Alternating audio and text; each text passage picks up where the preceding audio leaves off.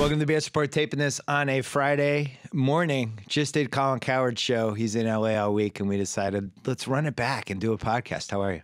I'm great. This is fantastic. I mean, you have a lot of leverage at the company, so you're able to fund projects like this. This is absolutely phenomenal. I'm able to turn an electrical closet into a podcast studio. That's what this was. It was an electrical closet. That door, Yeah. I feel like a New Orleans lounge. This is really good. Yeah. And at night, we get a little strobe light. We get girls' belly dancers. Yeah. I would replace Iceman with Gus Williams. You know what? I would love to. There's a Gus Williams poster that was on eBay about 2 months ago that there was a crazy bidding war for that I lost. There's this like very rare Gus Williams poster. He held out, ruined his career. You know what though? Held out, ruined his career, but didn't ruin himself financially. If you go back and read about that, it was actually like a really shrewd financial move for him to hold out. Made a lot more money than he should have made. But you're right, he never gained the momentum back. If that happened now, that would be, this would be a great, I always thought like things that if they happen now would be awesome. Like just from a sports media standpoint, that would be one of them. Somebody holding out for the whole year. How about Ali with today's media? Oh my God. It would be. What about the Bruins going into the stands in MSG? The Bruins climbing into the stands to fight in the Rangers fans. That would like blow up the internet right now. When the blogosphere first came out, I remember there were a lot of discussions. There was dialogue on, how to handle it. And I remember saying to some of the, big shots at ESPN, you have to remember that these things are fireworks shows, but there's another one tomorrow at 8 a.m. True. You can't react to every fireworks show because it was emerging media. I would have done the same thing. They were making big stories out of sometimes a very not bland narrative, but they were making more of kind of a pedestrian, innocuous sentence or comment. And that's how they were emerging. Yeah. And ESPN's management didn't quite know how to react. And I'm like, don't forget, fireworks show tomorrow morning.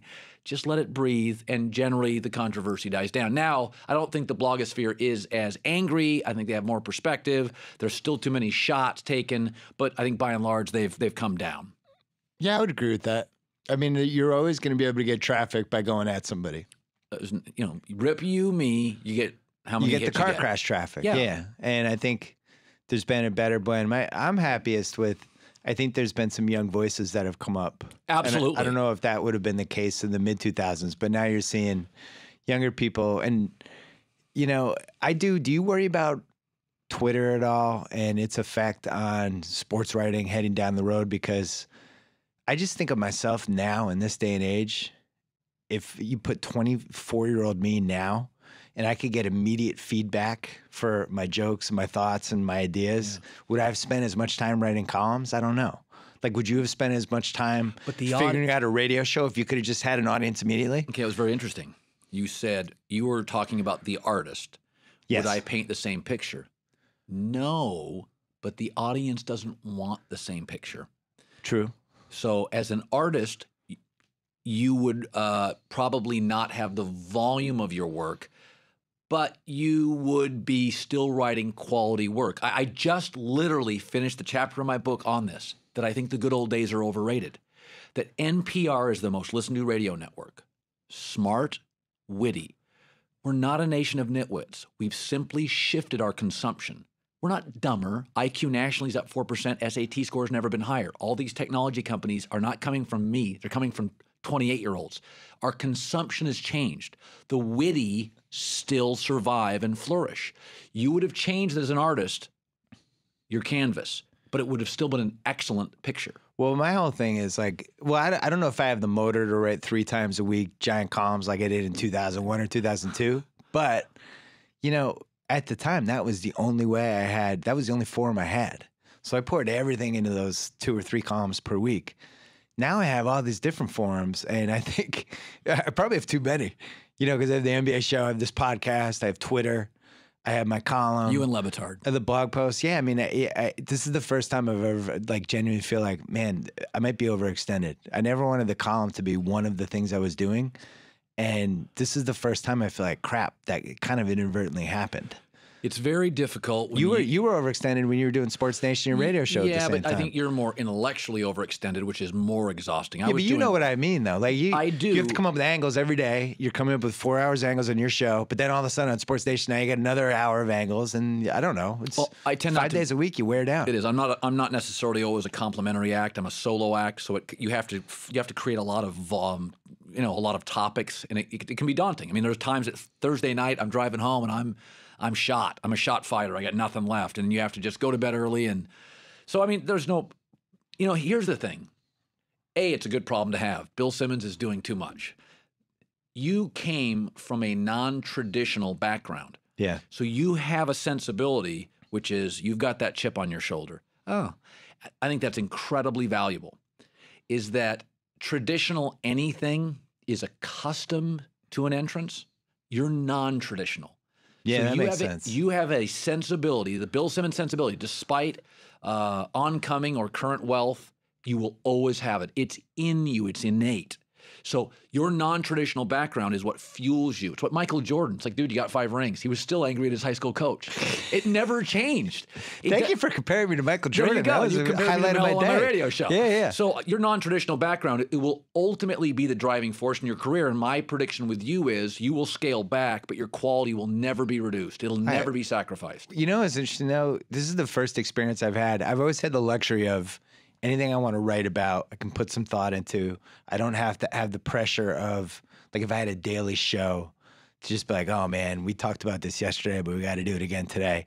Being on this NBA show has been really interesting. And 90% of it I like. The 10% I don't like is, oh, all right, for the 10th time in the last 2 months, we're going to talk about can the Lakers get the 8th seed. And I was thinking about, like, somebody like you're doing this show 5 days a week, your radio show you're on is 3 hours or 4 hours? 3 hours. 3 hours a day. Yeah. And you're going to have to run back topics because especially in that business where somebody might not hear you at 10:30. Right.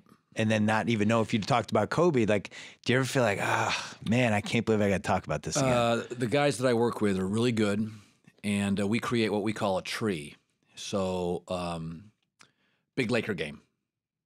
Or let's talk about LeBron's winning streak, Miami's winning streak. That's the tree. We come in and create branches off the tree. The first branch is winning streaks are overrated. We build a 4-minute topic on that. The second thing is LeBron's playing too many minutes, it'll hurt him in the playoffs. And so we create branches off the tree.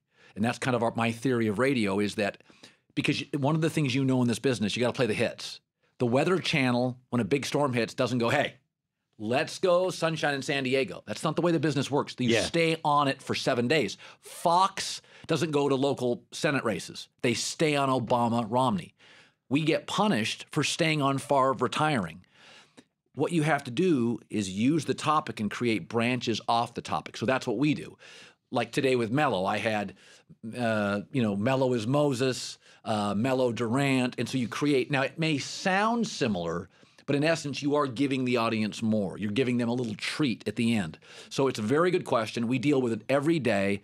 But the one thing I try to tell people in the audience is we have to play the hits. When Britney Spears has a new song, it gets played twice an hour and the ratings go up. We're in the play the hits business. Well, and the irony is, and this is the only thing I think is a little hypocritical when, and I listen, I don't want to defend ESPN. This is not what this is about. I'm just making a point. Yeah. ESPN gets criticized for beating the Brett Favre thing into the ground or beating Tebow in the ground or beating whatever into the ground. But you could argue, I've seen the blogosphere, they do the same thing sometimes where they beat the fact that ESPN is the devil into the ground. And it's like, it's all about, if you're sticking to some sort of shtick, which is pointing out constantly what the flaws are of ESPN and, oh my God, First Take, I can't believe they did this, blah, blah, blah. That's really no different than the network saying, hey, we're going to beat the Lakers into the ground again. I think everybody has a shtick. Wouldn't you agree? Yeah, Jason McIntyre is the big lead, who wrote an article about me, so we are in contact more. Of all the blogosphere guys, he's the one I talk to, and I've asked him questions. I'll call and say, give me, what's the media traffic on this? Or what's the traffic, not the media traffic? And I think we share a respect that we're interested. The one thing I give him credit for, he understands the broadness of it now. It's about views and hits. We are not .orgs. I tell people this all the time. If somebody says, Colin, you talked about it 2 hours ago, and you're listening, I'm only paid for the first 12 you listen. The truth is, my audience is in and out constantly, and Jason and I talk about this. The shark video on the big lead, it draws eyeballs. It's not journalism, but it's interesting. Like, here's the thing. What's wrong with being interesting? But sometimes journalists are so ridiculous. And I'm not considered a journalist and not respected by writers, I get, but what is wrong with being interesting in life? In sports, if you're not great, get a team full of interesting guys. Rodman was interesting. What's the downside to that? We're too sanctimonious. Hell, it's sports. It's discretionary income. It's not my cable bill. So why are we? Let's not overthink the room. We don't need sports. It's opera.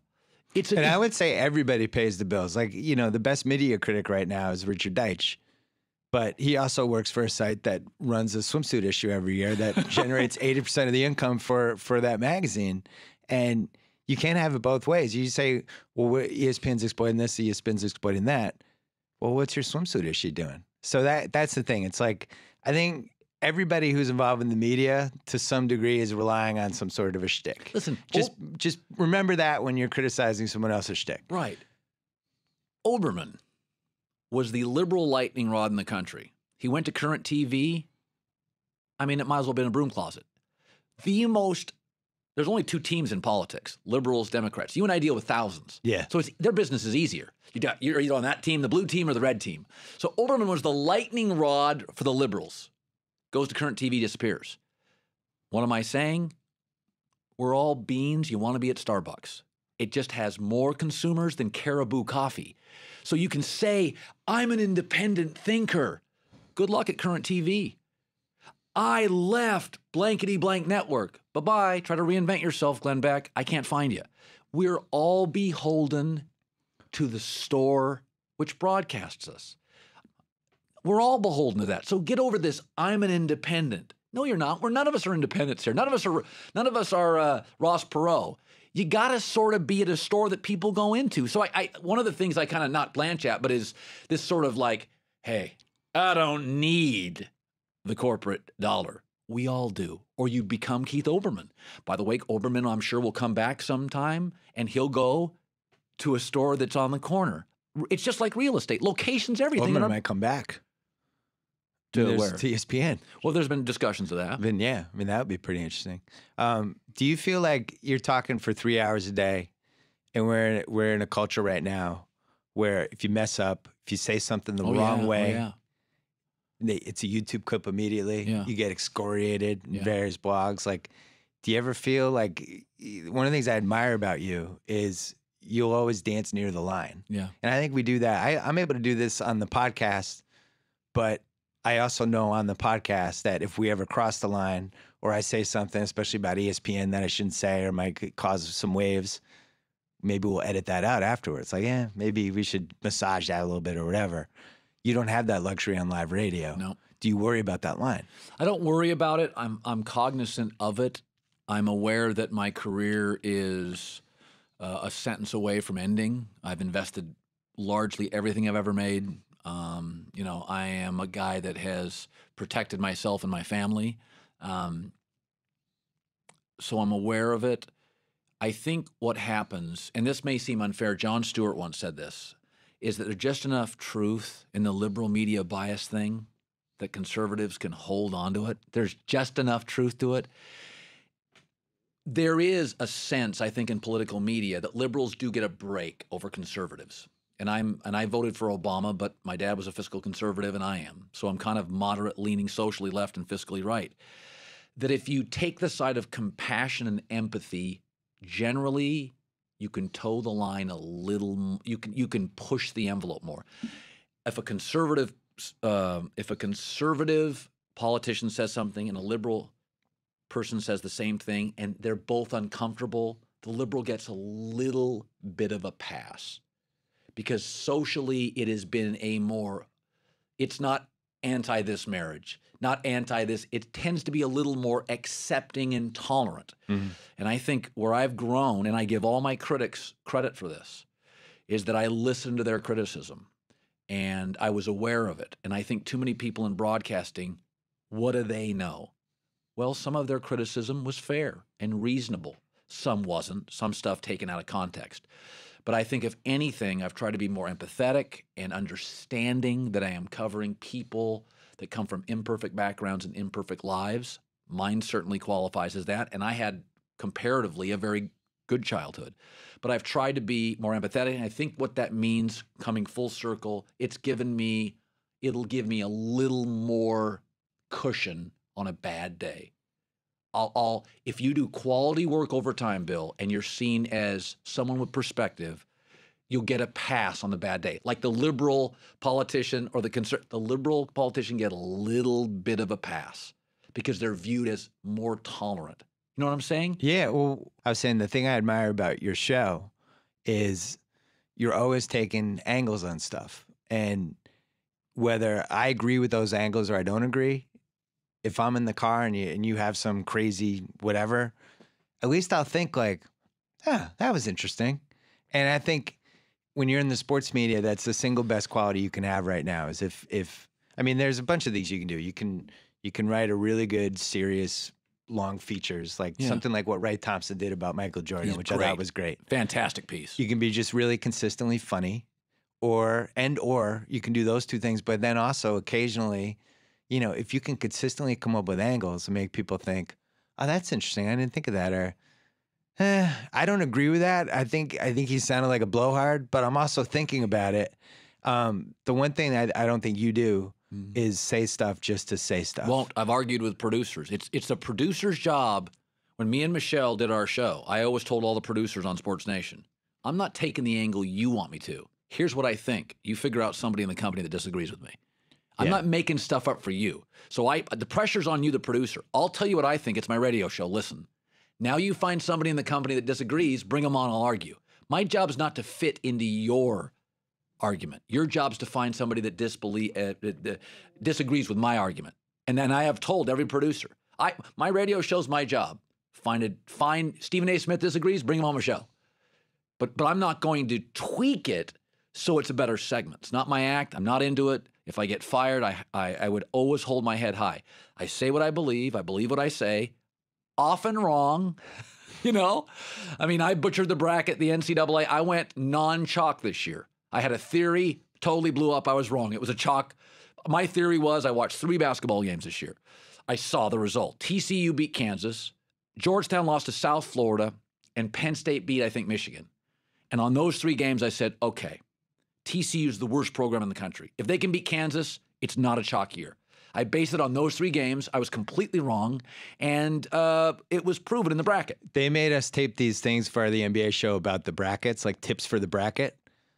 And we did this before the tournament, and my tip was find people who don't know anything about college basketball and just get their advice. And I was like, my mom always either wins her bracket every year, finishes second, or she just has a knack for it, doesn't watch any college basketball. My mom this year, after I taped that thing, my mom picked Louisville to win the title. Holy. She had Syracuse in the Final Four, and she had Florida Gulf Coast University in the Sweet 16. And she finished second in her bracket, in her giant office bracket, and almost won by 2 points. Now, what was her Florida Gulf Coast rationale? It's my mother. There's probably no rationale at all. She was probably having a glass of Chardonnay and just like this way Florida Gulf Coast. But, it's funny about in this day and age, especially on Twitter, and reader emails I've been getting since 1997. But it is funny when you're wrong.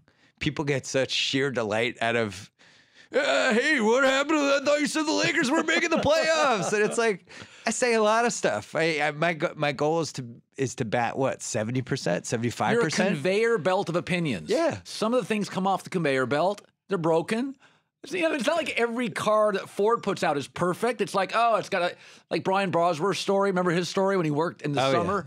Yeah, I used to put like bolts in the door and it would rattle around. I got bad cars off my conveyor belt once in a while. It's okay. I have a 2004 draft diary where I make fun of Orlando over and over again for taking Dwight Howard over Emeka Okafor. The first pick. What morons they were. I thought Juan Dixon was the next great player. Yeah. I'm like, he's tough. He is so good in big games. I'm like, wow, he's a tweener. He can't play. Remember Omar Samhan? Fortunately, no. He was some center, I think, on St. Mary's in the NCAA tournament What 3 did you years ago. predict? I had a whole thing about how March Madness is a good way to study draft prospects, and I was saying how Omar Samhan was going to be really good. I have a lot of those in my archives. But the good thing is I was driving the Kevin Durant over Greg Oden bandwagon. So I can live off that for like another 5 years, I think. This is all through the 07 season. I was Durant. I talked to Tom Penn about that. Tom Penn said, listen, we knew Durant was going to score 28. We got it. But we had Brandon Roy on the wing. He's like, we saw Bynum. We had to defend him. We didn't want to have another Lakers center own us for a decade. Yeah. And Penn's like, we knew Durant would score, but he'd probably take some shots away from Roy, who we thought, I mean, the Blazers got some lousy breaks. Here's the thing. You can't take and you have a Portland background, so you know this better than anybody. Yeah. After you have the Bill Walton, Arvydas Sabonis, Sam Bowie threesome, you can't then take the center who has one leg that's 2 inches shorter than the other leg. You just can't. You just can't. It's over. So you're saying you take Kevin Durant or you trade down. So you're saying just to protect your reputation. I just feel like legacy matters at some point. I do believe in like the big picture, like all that stuff and the karma, and it's just. Yeah, I don't. I'm not a karma believer. I know you're not. That's one of the reasons if we had a show, we'd probably argue a lot about that stuff. Would be our. Beadle and I had to find our it. We did a year in. Our it was she's a crazy person.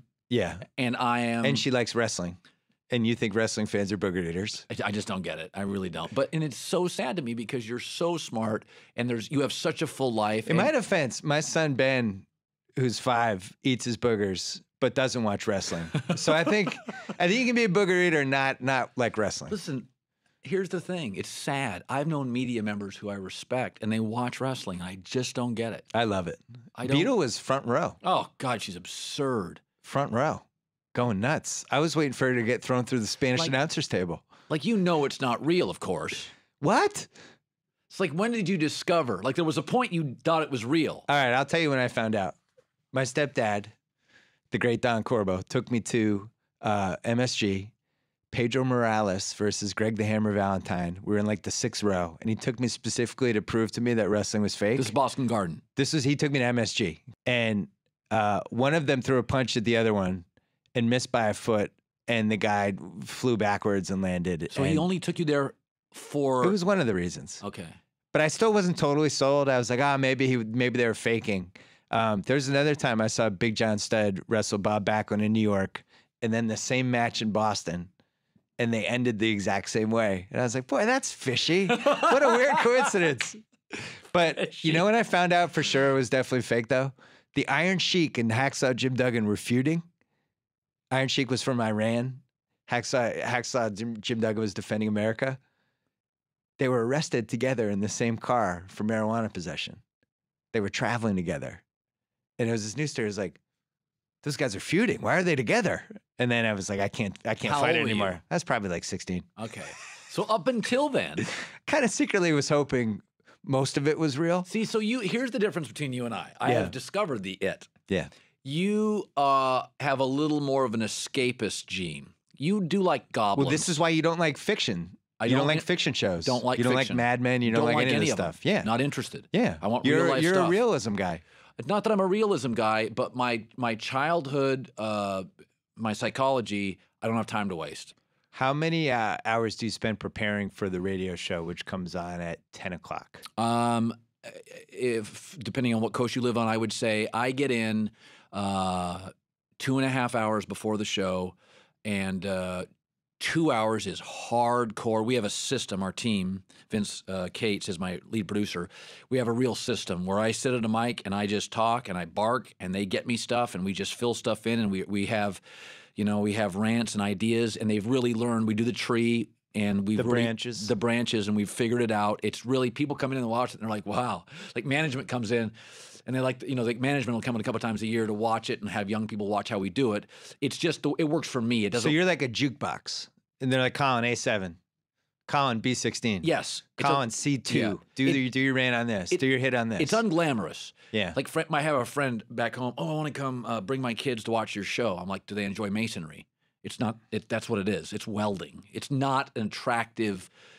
But here's the thing process that makes you stand out, and I only know this because I could never do this podcast by myself. Ask Jacoby, like when I do promos, I have trouble like even talking extemporaneously for 45 seconds if there's not a second person to bounce off Because of. you feel like, am I a weirdo? I just can't do it. And when I listen to you and you're by yourself and you're talking for 9 minutes straight about something and you wrap everything up from beginning to end, I think that's a real talent. And like, I can't do that. I have to have a second person. I'm really good at playing off a second person. I am incompetent at if you made me do a show by myself, it would be the worst radio show that's ever happened.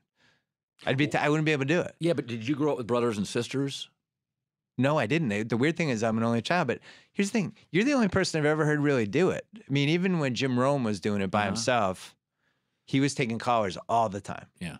But you can actually just do segments by yourself. And I don't know if like, I think guys, are you like a freak of nature? Like, I don't understand it. No, I think Rush Limbaugh does it in radio. I think he does it politically. Yeah, but when they do it in politically, though, it's like you're just a blowhard the whole time. That's how you do it. I don't feel like you're a blowhard. Well, sometimes I probably some am. people probably do. Yeah, I mean, I don't feel like you are. Critics do. But I think, yeah, I mean, I don't know if it's a gift. I think I grew up by myself a lot, and so I developed... Were you like the kid who was talking to himself? All day. So I made lineup cards out, and I talked to myself and did games. So I would do games for hours in my yard by myself. So I grew up rurally. I didn't grow up in an urban environment with lots of friends. There were no play dates. Okay, so I didn't go to child care and develop these social relationships. I didn't have play dates. I grew up rurally by myself. My sister was older, 5 years older, so therefore we didn't hang out together. She was in high school, and she didn't want to hang out with her. She's 17, I'm 12. So I did a lot of talking to myself, and I think over time I've developed that. I don't know. I think anybody could have done it that had my life. I just think my life led me to that. Like I have a friend who, it's weird. Like I think everybody's got these weird gifts. I just happen to do my job publicly. But like I've met people before, and I'm like, haven't you ever met somebody that has what would be considered kind of a regular job, but they have instincts based on doing it, like Malcolm Gladwell for 10,000 hours, and you're like, you go to a pizza place, and the chef behind there, and you're like, you just did bang, bang, bang. And he's like, it's just what I do. Well, nowadays... Have you ever seen anybody flip pizza? I'm fascinated by it. It's incredible. Like you're laughing at me now. No, I'm not. Have you ever seen... I agree. It is incredible. Like 8 people on the earth can do it well. But if you were a kid now, you would have had an iPad and video games, and maybe you don't even do any of that stuff. Well, that goes back to... And you don't have a radio show. Can I throw a theory at you? Nobody's going to have talent in 20 years? Is that great food comes from countries with dictators? Nobody orders Canadian. Nobody orders Australian. That Jacoby loves this. I hear him chuckling in the background. Dictators, pain creates explosions of talent. That if you watch American Idol, Yonkers, too many kids, too few rooms is funny. La Jolla is obnoxious. No body fat, abs is not funny. Pain's funny. Yonkers, Schenectady, you lose electricity. It's what happens if you look at the way talent is created. It's created by unbalanced people, often motivated by fear or escapism. And that if you have a social net for everything and we're all safe all the time, where's the fear? I'm not driven by doing a good show. I'm afraid to be a Vince Scully says this. I'm afraid to go on the air and have nothing to say, and I have 4.5 minutes left. Fear drives my entire show. It's driven my entire career. Fear of failure. Jerry Tarkanian told me, I don't remember any win. I remember losing 9 years to go to Santa Barbara. He goes, I have nightmares about it. So to me, I'm not rooting for poverty. But what I am saying is failure. Jordan's still mad about the high school coach. That's why he's great. It's funny? When I spent all that time with Bill Russell, he's still mad at the San Francisco coach because Russell blocked a couple shots like in his first game for them. And the guy said, that's not how you play defense. And Russell's one of those, you get one chance with me. If you screwed up with me, you're out. I can never consider you again. And he's actually that way with a lot of things, including ESPN. He's very mad at ESPN. He hates ESPN. Doesn't like us at all. And that's why I had to do that documentary with NBA TV. But I think those great competitors are like that. They one slate, and that's it. And I wonder sometimes maybe that was the gene that LeBron was missing, and somehow he's kind of acquired it. That's a very good thought. Like people beat him up so badly for 2 years, and almost like we beat that gene into him. So Jordan is very interesting. Jordan after Worthy leaves, after Worthy goes to the NBA, so we got 2 years without. Oh yeah, North Carolina. So here's Jordan's DNA. Didn't make the team as a sophomore. Dean Smith wouldn't let him shoot as much as he want. Goes to the NBA with Brad Sellers. I think he had Gervin. Yeah. People taking shots from him. Yeah. Detroit beats him up. He has so much hate and anger. He knows he's this unique operatic star, and he can't sing. It's like, I'm the best. And he kept being blocked. Dean Smith. Brad Sellers taking my shots, or whoever it was on that team. His wife Quentin Daly. His wife dated Reggie Theus before him. He was mad about that. Every time they played Reggie Theus, he would kill him. So now, let's go to LeBron. Yeah. Called the king at 16. Yes. Child actor, like Justin Bieber now. Got everything he wanted. Nike steps up and paid him before he got into the league. There's no anger. In fact, can you be describing Tiger Woods too? He kept that anger for a while, and then, where is it now? Pat Riley said in Dan Le Batard article in the Miami Herald that, and I thought it was really, I told you this, that he called LeBron's early days frivolous. Jordan was never frivolous. He was ticked off. I think what you said is interesting. LeBron got beat up, bad guy post-decision, and that ignited the venom needed, the killer instinct needed. So again, we go back to my theory on dictators and great food. Failure, abject failure, being mocked, being ripped nationally is what made LeBron the player he is. Well, and also, I wrote about this recently. Game 6 against Boston last year, one of the great fork-in-the-road moments in the history of not just the NBA, of any sport, because if they lose that game, and people forget now, the beating that Miami took after Game 5, it was 2-2 that series. Boston wins Game 5. Pierce and KG are taunting LeBron the whole game, getting really personal with him. They lose. It's going back to Boston, Game 6. I flew back on 4 hours' notice. I had to be in the building for that game because LeBron James's career was going to go one way or the other that night. He comes out like an assassin. Greatest overall. One of the great things I've ever seen in my life in person. Just comes out with this look on his face and just kills everybody, destroys the Celtics, and his career has never been the same since. He pushed himself 9 levels up. Now I think he's the 7th best player of all time. Well, let's go. Hold on. So Jacoby's laughing at my Italian conversation. Yeah. Okay. I want 6 players better than LeBron. So I did this in my book. This was a big part of my book. I had Jordan first, Russell second, Kareem third, just because of the breadth of his career. Okay. Won the Finals MVP in 71 and 85, 15 years apart. Incredible. So you're counting centers who just hit the genetic lottery. That's kind of unfair. Great. Skyhook was the single most unstoppable shot of all time. Not the if most automatic not 2 if points. 6'1". I don't care.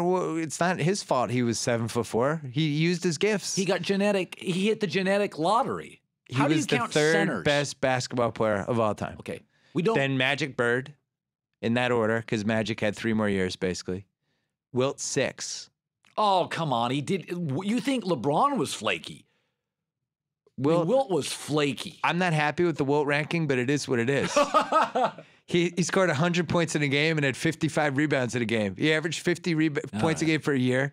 He played 48.5 minutes a game one season. Like, you just go on down the line, it's like, oh my God, what happened? If he wanted to lead the league in anything, he just did. Led the league in assists, but got traded twice. Everybody from that generation hated playing with him, didn't want to play with him. So that's why I'm 6. I have LeBron now over Kobe and Duncan, just because 4 MVPs. Where's Hakeem? Hakeem's like 12. That's a little low. But 4 MVPs, 5 years. It's one of the 4 greatest 5-year stretches anyone's ever had. Lonnie if they Shelton, win 2 titles. Anywhere in there? Lonnie Shelton's not in there. All right. DJ's in there, though. Well, you would like. Well, actually, we should both like DJ. Finals MVP, 79. No, he was. What about Paul Westphal? Paul Westphal had in the 70s. Can I ask you this? Yeah. This is a weird question. This is an old guy question. We'll date ourselves here. Well, we're both old, so that's. When's the last time you cried watching sports? Last time that got multiple laughs. Paul Westphal made me cry like twice. As a Sonics fan, you'd go down to Phoenix. Paul Westphal made me cry as a kid that loved the Blazers and Sonics. He absolutely, Alvin Adams, Westphal, ambidextrous, murdered us. I cried. When's the last time you bawled? Twice as a kid. When Len Bias died. When Reggie Lewis died. Yeah. That was it. I mean, from game related, can't remember. Ever thrown anything at a TV? Oh, yeah. Recently. I threw a shoe during a USC Oregon State game. Didn't cover. I was furious. Really? That was bad. When was the last time you cried as a kid? Westfall? No. Or from sports? I contend it's in late 70s. Bob Bailey, the Red Machine. Big Red Machine was, Rose Perez, Concepcion, all the great players. Oh, I'm aware. They beat the Red Sox for the 75 World Series. So it was dying off. Yeah. And they had like Bob Bailey, who wore one of those Olerud helmets. Yeah. Big, thick guy, couldn't do anything but hit. And it was a Cardinals Monday Night Baseball game with like Euchre and Keith Jackson or something. Yeah. And it was bases loaded late, Monday night game meant nothing. Al Roboski comes up. Reds have the bases loaded. I think Foster hit before him maybe, or Foster was gone. And Bob Bailey came up, bases loaded, and struck out. And I was on my mom's orange couch, and I cried. And I remember my mom saying, well, don't they play a lot of baseball games? I didn't have the context at the time. It was a big game. My great bench Rose team was dying. Yeah. Bob Bailey destroyed us. Al Roboski, I believe, was on the mound. It was a Monday. It was 77. The Mad Hungarian. Yeah, it crushed me. Bob Bailey had a huge strikeout in the Bucky Dent game. Red Sox fans hate Bob Bailey. We got him tail end of his career. He's going to be the big pinch hitter. People in Massachusetts hate a lot of things. Here's the thing with Massachusetts. You're one of the only likable people from that state ever. Stop it. It. Boston's angry. It's cold weather. It's angry. It's provincial. It's cold in Minneapolis. They're friendly Norwegians. It's the most provincial place on the planet. We kicked the British out. It's 1770s. Who kicked the British out? Massachusetts. Did you ever watch that in the History Channel? What? The whole Tea Party. It's fascinating. Yeah. That was the classic Boston moment. Oh, I got a Boston theory. Get out of here, British. I got a Boston theory. Can I throw it to you? You got a minute left? Yeah, you have a minute left. You're the one who has to leave. So in my book, I was thinking about saying this. There's a reason, there's an arrogance and a parochial kind of nature, as you noted, to Boston. Here's my theory. So when you're in 4th or 5th or 6th or 7th grade and you're taking those history classes, and I took them in Seattle, but my teacher said, out in Boston, they had this. But a Boston kid hears, it was right down the street. Yeah. So there is a sense between kids in New England, hey, we are the country. Because when you learn as a kid about America's history, it all started here. So there is a sense of importance, and certainly it was valid for a long time, that this is the centerpiece of— It's a self-importance, yeah. Right. But it all starts in that 6th, 7th, 8th history class. Yeah. Yeah, it was right down the street. By the way, we're taking a bus right before lunch. We're going to go look at it. Yeah, and that's where we killed the British people. And then we made them leave. If you buy it a little bit— Oh, 100%. That's self-imposed. The best thing about Boston is that we feel like— I still use we, even though I haven't lived there in 12 years. Boston people feel like it's the center of the universe. Oh, yeah. And if you leave, like I get emails all the time from people, they're mad that I live in Los Angeles. Why would I leave? You left here? Why would you do that? And I feel that way half the time too, but you're not supposed to leave Boston because it's the greatest place on the earth. We have the best teams. Like that's the mentality that you grew up with. Our teams are the best. Our history matters the most. All the most tragic sports events that have ever happened only happen to us and no other teams. Like that's just the way you think. I like of the media people in Boston I know, Ryan, Bob Ryan's nice, right? Do you get along with him? What's your Love him. Okay, what's your situation with the Boston media? Probably not great. Okay. Yeah, when I was coming up, I did the thing that everybody does, which was you take shots at the people who do better than you. Yeah. But Bob Ryan, was the biggest reason probably I wrote that NBA book because it was the book I always wanted him to write, and he just never did. Yeah. But yeah, I mean he's the commish. The best thing about Bob Ryan is he retired. And now he's working harder than he did when he was working. It's like, I thought you retired. Shouldn't you be in Florida, like playing canasta? Yeah. But no, he's like covering the Final Four. I say this in my book. Retire to what?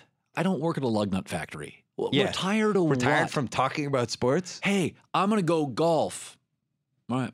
I did that. It's there are times afternoon. to retire. The times to retire are when you still work in sports, but you don't like sports anymore. Okay. And that's when people...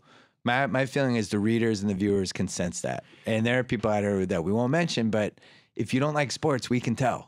And if you're not watching and if you're just coming up with angles just because even you're detached, but you're just, you have to hand in a column that day, that's when you get into trouble. How about this? This is my favorite.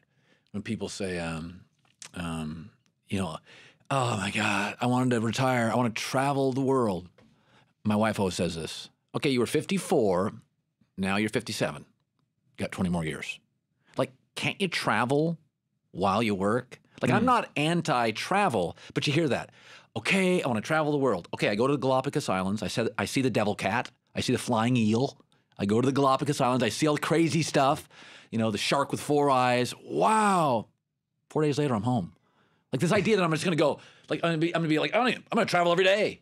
Who wants to travel? I want to eat Greek yogurt. Who wants to travel every day? That's work. Have you ever traveled? Have you been to an airport? It's horrible. I went to a vacation with my family last month.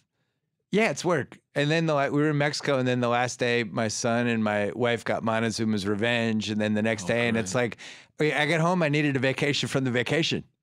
Yeah, so this idea. I now need to go away for 3 days to recover from going away. It's exhausting. Yeah, it's awful. Unless you have like net jets, and I'm never going to go there. So what's the point? I can't do that. It's just not right. I don't want to talk about I would hope not. You're not a billionaire. Colin Cowherd. So you got the book coming out you're working on. November, it's coming out, working with ESPN magazine writer who... Your radio show. Yeah. And then the dramatic 30 for 30 you're doing called Beadle and Me, which premiering in September. God, you know what? Should be emotional. She occasionally Our first ever platonic romantic comedy documentary. That's good. Yeah, that's good, right? She was good. Carissa was good as well. They were just different, different acts. I will tell you this. I've done TV with a few people at this point. Beadle is the best person I've ever done TV with by far. There's something, certain people have a quality.